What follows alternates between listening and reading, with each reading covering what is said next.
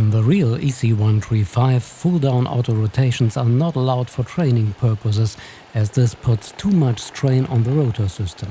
In the simulator, on the other hand, such training can take place without any problems. To prepare for the exercise, we instruct the simulator via the Explain Failure page to let both engines fail at the push of a key or a joystick button.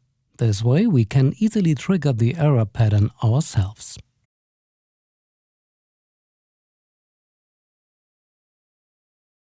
Of course, we should be familiar with the requirements of the checklist. The procedure for our helicopter is described in the chapter Emergency Procedures. You find the link in the description. Please remark, this tutorial is aimed at advanced pilots who are familiar with the basic functions of the helicopter, with the usual terminology, and who can safely master normal flight maneuvers. First, we start a flight and work our way up to an altitude that gives us enough time to walk through the necessary steps during the descent. At least 1000 feet above ground limit is a good value for the first attempt.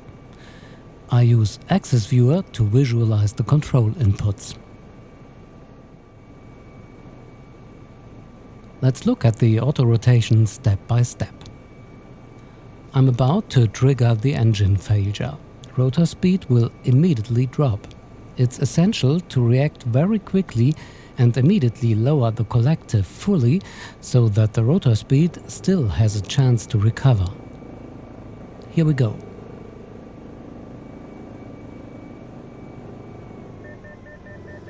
Now there are several things to do at the same time. We need to get within the allowable speed range of 60 to 90 knots. 75 knots is ideal. We regulate this by adjusting the pitch attitude.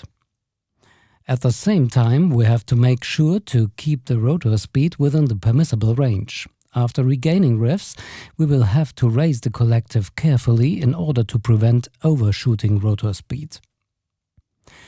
With the pitch attitude, we can increase and decrease the glide angle within narrow limits.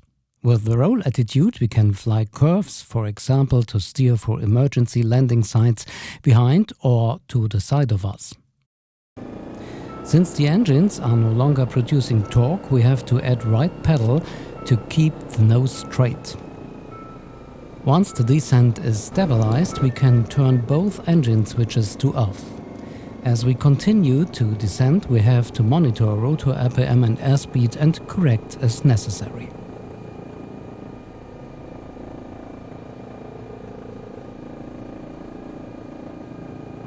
At approximately 100 feet above ground limit, we apply a flare attitude in order to reduce speed.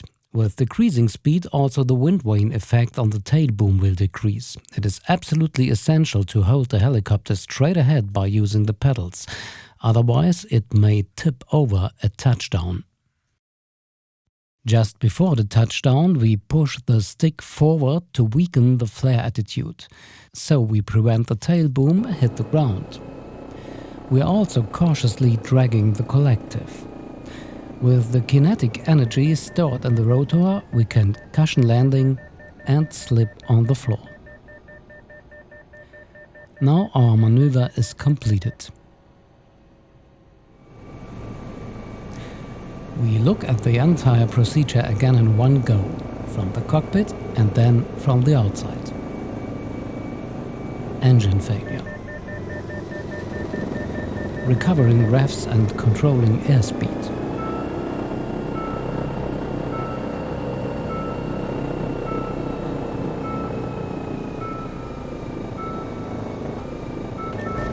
Emergency engines shut down.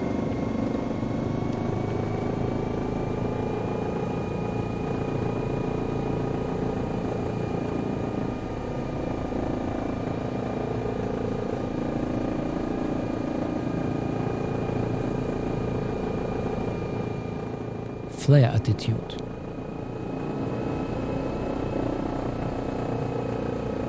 Adapt landing attitude and touchdown.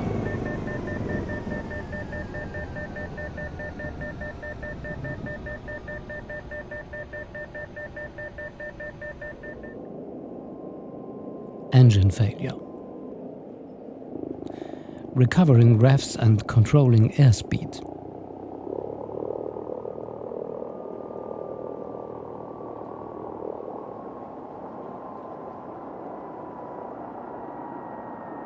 Emergency engines shutdown.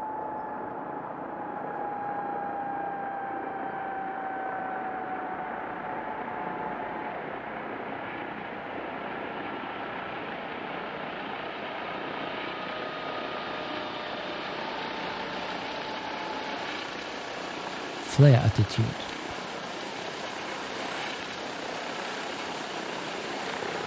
Adapt landing attitude and touchdown.